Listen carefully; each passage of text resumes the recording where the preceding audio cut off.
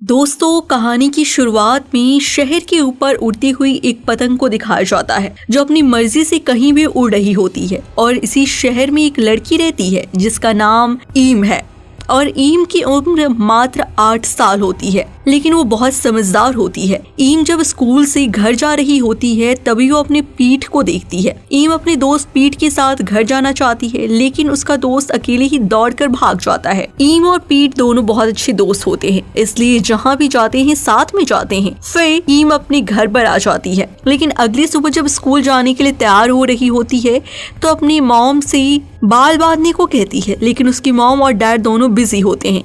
लेकिन उसकी डैड उसे बहुत प्यार करते हैं, इसलिए अंत में उसके बाल बांध देते हैं। अब कीम अपने स्कूल जाने के लिए पूरी तरह रेडी हो चुकी है, लेकिन आज बहुत बारिश हो रही है, इसलिए कीम की मॉम उसे कहती है कि क्या मैं तुम स्कूल छोड़ने चलूं?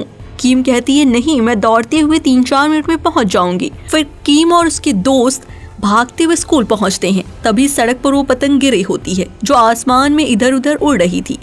एक आदमी उस पतंग को उठाता है और कीम के पास जाकर खड़ा हो जाता है। कीम से कहता है, अरे वाह, तुम्हारा छाता बहुत अच्छा किया है, तुम स्कूल जा रही हो? ईम कहती है, हाँ मैं स्कूल जा रही हूँ। फिर ईम पीछे मुड़कर अपने स्कूल की तरफ देखती है, लेकिन बारिश की वजह से उसे कोई भी आदमी बाहर दिखाई नहीं देता। एकदम सुनसान रास्ता होता है। फिर कुछ देर बाद हम कीम की छाती को देखते हैं जो पूरी तरह टूटी हुई है।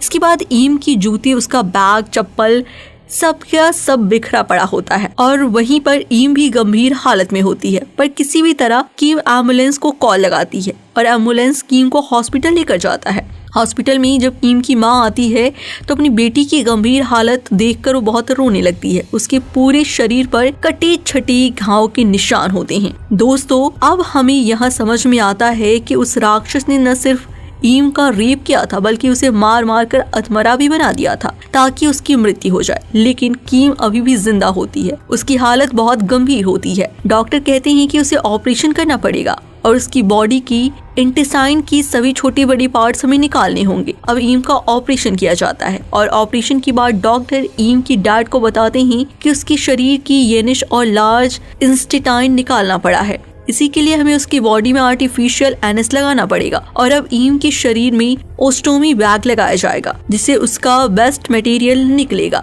उसे पूरी जिंदगी अब इसी तरह रहना होगा। दोस्तों, एक शैतान की वजह से एक छोटा परिवार पूरी तरह टूट जाता है। फिर कुछ देर बाद जब ईम को होश आता है तो उसकी डैड उसे मिलने जाते हैं। तभी कीम कहती है कि डैड, आज आप काम पर नहीं गए? उसकी डैड कहते हैं, मैं गया था बेटा, वापस आ गया। फिर कीम कहती है, डैड आप उस आदमी को जरूर पकड़ना जिसने ये मेरी हालत की है। फिर उसके डैड कहते हैं कि जरूर बेटा, लेकिन तुम अभी आराम करो, हम किसी भी हालत में उस कमीने को छोड़ेंगे नहीं। कीम की उम्र मात्र 8 साल की है, लेकिन वो अपनी उम्र से ज्यादा समझदार होती है। वो चाहती है किसी भी तरह वो कमीना पकड़ा जाए। फिर कीम सो जाती है और उसकी डैड बहुत मुश्किल से वहां से लड़खड़ाते हुए बाहर निकलते हैं और तभी कीम की मॉम और डैड को उस आदमी के बारे में पता चलता है जिसने कीम के साथ ये सब किया है। कीम की डैड फौरन पुलिस स्टेशन जाते हैं, लेकिन उस आदमी के खिलाफ कोई पुख्ता सबूत नहीं होने के कारण पुलिस भी कुछ नहीं करती और कहती है इसके लिए हमें कीम का स्टेटमेंट की जरूरत होगा। ईम के डैड जब ये बात ईम की मॉम को बताते हैं तो उन्हें बहुत गुस्सा आता है और कहती हैं कि वो अभी अभी इतने बड़े हादसे से गुजरी है और तुम चाहती हो कि पूरा हादसा फिर से याद करे। यहाँ पर कीम के मॉम डैड में बहस होने लगती है जिससे साफ साफ पता चलता है कि ये दोनों भी मेंटली स्टेबल नहीं है। और तभी यहाँ पर वो लेडीज पुलिस होती है और वो ईम के डैड को घर जाने को कहती है और उसके सारे खिलौने वापस लाने को कहती है। ये सुनकर ईम के डैड को थोड़ा हैरानी होता है, लेकिन क्या करे, बेटी की जान की बात वो किसी भी तरह घर आते हैं। कीम की सबसे प्यारा कार्टून कैरेक्टर कोको मॉन्ग को हॉस्पिटल ले जाते हैं और अब हॉस्पिटल में एक लेडी सेक्रेटरी आती है जो कीम के इलाज करेगी, उसे बात करेगी। वो कीम के पास जाती है और कीम के कार्टून कैरेक्टर जो घर से उसके डैड लेकर आए थे, साइकेट्रिक उसे उसको नॉर्मल करने की कोशिश करती है और जब वो नॉर्मल हो जाती है तो उससे सवाल पूछना शुरू कर देती है। यहाँ पर सब कुछ रिकॉर्ड हो रहा होता है और ईम को एक एक करके कई सारे लोगों के फोटोज दिखाए जाते हैं और जब उसके सामने उस आदमी का चेहरा आता है जिसने उसका ये हाल किया था तो अपनी आंखें बंद कर लेती है। साइकेट्रिक वुमेन समझ जाती है कि ये वही आदमी है। फिर बड़ी मुश्किल से किम अपनी आंखें खोलती है और उस दरिंदे की फोटो पर अपना उंगली लगाती है जिसने उसका ये हाल किया है। और अब पुलिस के पास पूरे सबूत आ जाते हैं और पुलिस उस टेररिस्ट को पकड़ लेती है। उसे पकड़े जाने के बाद ये खबर काफी ज्यादा फैल जाती है और हॉस्पिटल में बहुत सारे मीडिया वाले लोग आ जाते हैं। फिर जब ये बात ईम के डैड को पता चलता है तो वो भागते हुए हॉस्पिटल के अंदर आते हैं। वो अपनी बेटी को मीडिया वालों से बचाना चाहते हैं क्योंकि वो जानते हैं कि मीडिया वाले इस बात को किस हद तक उछालेंगे, इसीलिए वो अपनी बेटी को दूसरे रूम में शिफ्ट करते हैं। लेकिन तभी मीडिया वाले भी अंदर आ जाते हैं और ईम के डैड अपनी बेटी को ऊपर कंधों पर उठा लेते हैं। इधर ईम की मॉम भी मीडिया को रोकने की बहुत कोशिश करती हैं और अंत में वो बेहोश हो जाती हैं क्योंकि वो प्रेग्नेंट भी होती हैं।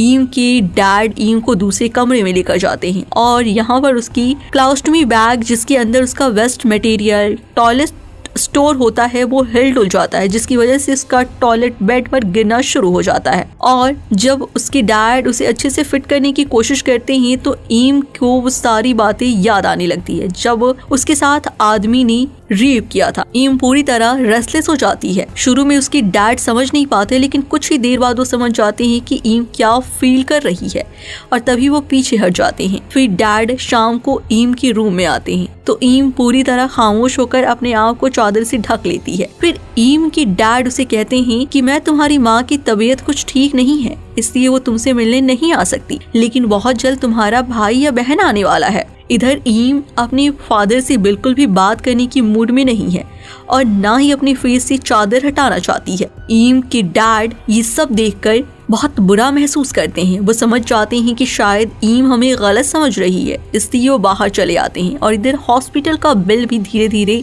बढ़ रहा होता है और ईम के डैड के पास इतने पैसे भी नहीं होते कि वो हॉस्पिटल का बिल चुका पाए, इसलिए वो अपने एक दोस्त को कॉल करते हैं जिसके साथ वो काम करते हैं। उनके दोस्त बहुत अच्छे आदमी होते हैं, पहले भी कई बार मदद की होती है और अभी भी मदद करने के लिए एग्री हो जाते हैं। फिर अब वो दिन आता है जब उस आदमी की कोर्ट में पेशी है जिसने ईम के साथ इतनी घिनौनी हरकतें की थी। जब कोर्ट में उसे पूछा जाता है तो वो साफ इनकार कर देता है और कहता है कि मैं वही काम करता था, पूरी रात मैंने काम किया और सुबह शराब पीकर घर वापस गया और सो गया। इसके बाद क्या हुआ मुझे नहीं पता। हालांकि उसके खिलाफ पूरे सबूत होते हैं। उनके कपड़ों पर इतना ब्लड होता है और साथ ही उसकी जूते में उसी जगह की मिट्टी लगी होती है जहां पर ये पूरा हादसा हुआ था। फिर वो अपराधी बोल देता है कि उस दिन मेरे जूते चोरी हो गए थे। दरअसल उस आदमी को कहना था कि पुलिस हमें जानबूझकर फंसा रही है। फिर यहाँ पर हम ईम की डैड के दोस्त को देखते हैं जो उसके मदद कर रहा होता है। वो जूते उठाकर उस अपराधी को मारता है और कहता है कि तुम अपने आप को इंसान समझ रहे हो। फिर पुलिस किसी तरह उन्हें कंट्रोल करता है और बाहर लेकर जाते हैं। और अब ईम की डैड हॉस्पिटल में आते हैं जहां वो देखते हैं कि ईम के कमरे में कुछ लोग हैं जो कार्टून की तरह ड्रेस पहनकर उसे एंटरटेन कर रहे हैं और ईम भी इन लोगों के साथ में खूब एंजॉय कर रही है। दरअसल ये लोग ईम की मॉम और उसकी दोस्त होती हैं, यहाँ की नर्स होती हैं। ये सब कुछ उस साइकेट्रिक औरत के कहने पर ये सब किया जाता था जो यहाँ पर ईम की गवाही लेने आई थी। फिर ईम की डैड एक और कार्टून ड्रेस परचेज करते हैं लेकिन इस कॉस्ट्यूम की प्राइस बहुत ज्यादा होती है इसलिए वो अफोर्ड नहीं कर पाते हैं, इसलिए वो क्रेडिट कार्ड से पेमेंट करते हैं और साथ ही ये भी पूछते हैं कि एक कॉस्ट्यूम की एक हफ्ते की कीमत कितनी है। वो उसे बताता है कि अगर आप एक हफ्ते के लिए लेंगे तो $350 पेमेंट करनी होगी, लेकिन ईम की डैड के पास इतने सारे पैसे नहीं होते। वो कहते हैं कि क्या इंस्टॉलमेंट पे मिल सकता है। ये सुनने के बाद वो आदमी समझ जाता है कि इसके पास पैसे नहीं है, इसलिए वो ईम के डैड को एक कॉस्ट्यूम फ्री में दे देता है और कहता है कि तुम ले जाओ भाई, कोई प्रॉब्लम नहीं है, तुम्हारी हालातों को मैं समझ सकता हूँ और जब तुम्हारा काम हो जाए तो वापस कर देना। फिर ईम के डैड इस कॉस्ट्यूम को पहनकर ईम के कमरे में जाते हैं जो दिखने में एकदम कुग्गू मॉन्ग की तरह है और ईम उसे देखकर बहुत खुश हो जाती है और साथ ही साथ अपनी गले से भी लगा लेती है। फिर अगली सुबह साइकेट्रिक वुमेन ईम की बहुत सारी बातें करती है और साथ ही साथ ये भी पूछती है कि तुम्हारा स्कूल खुलने वाला है, क्या तुम चाहोगी? लेकिन ईम कहती है कि नहीं, उसे लगता है जो भी मेरे साथ हुआ है मेरे सारे दोस्त को पता होगा, इसलिए वो शर्मिंदगी की वजह से स्कूल जाने से साफ मना कर देती है। फिर उसके मॉम डैड उसे घर ले जाने के लिए आ जाते हैं, लेकिन ईम अभी भी अपने डैड की तरफ नहीं देखती। इसलिए जब वो ड्राइव करते हैं तो कार में अपनी सीट से पीछे पर्दा लगा लेते हैं और अब उनकी कार उस जगह से गुजरती है जिस जगह पर ईम के साथ सब कुछ हुआ था, और उस जगह को देखकर ईम की तबीयत खराब होने लगती है। तभी उसके डैड फास्ट ड्राइव करके घर पहुंच जाते हैं, लेकिन कार से उतरते ही ईम की वॉमिटिंग हो जाती है। फिर वो अपनी मॉम की शॉप के बाहर देखती है तो उसके दोस्त ने बहुत अच्छे सी नोट्स लिखे होते हैं, जिसे देखकर उसे बहुत अच्छा लगता है। फिर अगली सुबह पीट ईम की डैड के पास आता है और कहता है कि उस दिन मैं ईम के साथ गया होता तो ये सब नहीं होता, और ये कहकर पीट जोर जोर से रोने लगता है। ईम के डैड उसे समझाते हैं तुम्हारी इसमें कोई गलती नहीं है बेटा। इधर ईम अपने दोस्तों द्वारा लिखी हुई सभी ग्रीटिंग कार्ड्स को पढ़ती है, जिससे कि उसके अंदर कॉन्फिडेंस आ जाता है। वो फिर से स्कूल जाने के लिए एग्री हो जाती है।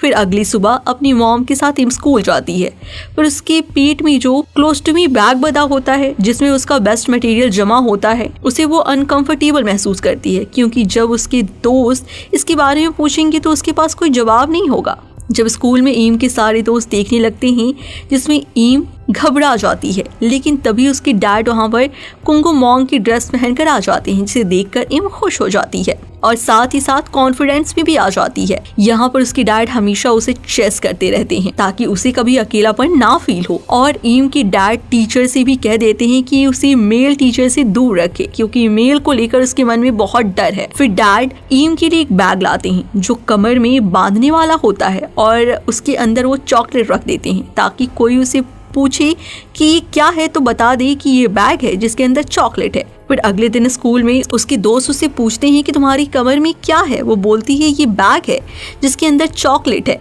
और फिर ईम उन्हें चॉकलेट खाने के लिए भी देती है। अब पीट और ईम दोनों एक साथ घर आते हैं, और इधर उसके डैड पूरे रास्ते उसे एंटरटेन करते जाते हैं ताकि वो उसे कॉन्फिडेंस दिला सके। उसका दोस्त उसके साथ है, लेकिन ईम बहुत जल्द समझ जाती है कि इसके अंदर उसके डैड है। वो कुंगू मॉन्ग से बात करने की कोशिश करती है, लेकिन कुंगू मॉन्ग उससे बात नहीं करता। इसलिए कुंगू मॉन्ग को अपने मॉम के पास ले जाती है और उसे पूछती है कि क्या तुम्हारे अंदर मेरी डैड हैं। और जब उसकी मॉम कुंगू मॉन्ग का मास्क हटाती है तो पता चलता है कि उसके अंदर वास्तव में उसके डैड होते हैं। दरअसल इसके अंदर रहना बड़ा मुश्किल है, क्योंकि इसके अंदर बहुत गर्मी लगती है, जिसकी वजह से ईम की डैड पसीने में बहुत भीगे होते हैं। ईम अपने डैड को देखकर इमोशनल हो जाती है और अपने हाथों से पसीने को पोंछती है।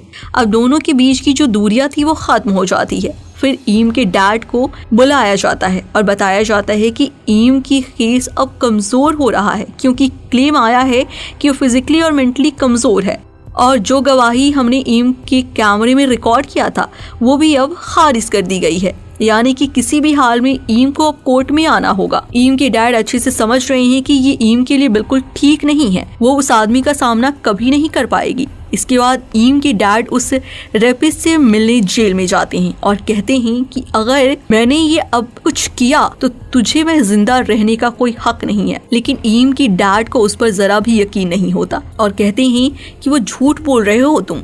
फिर ईम के डैड को वो धमकी देता है और कहता है अभी भी वक्त है, समझौता कर लो।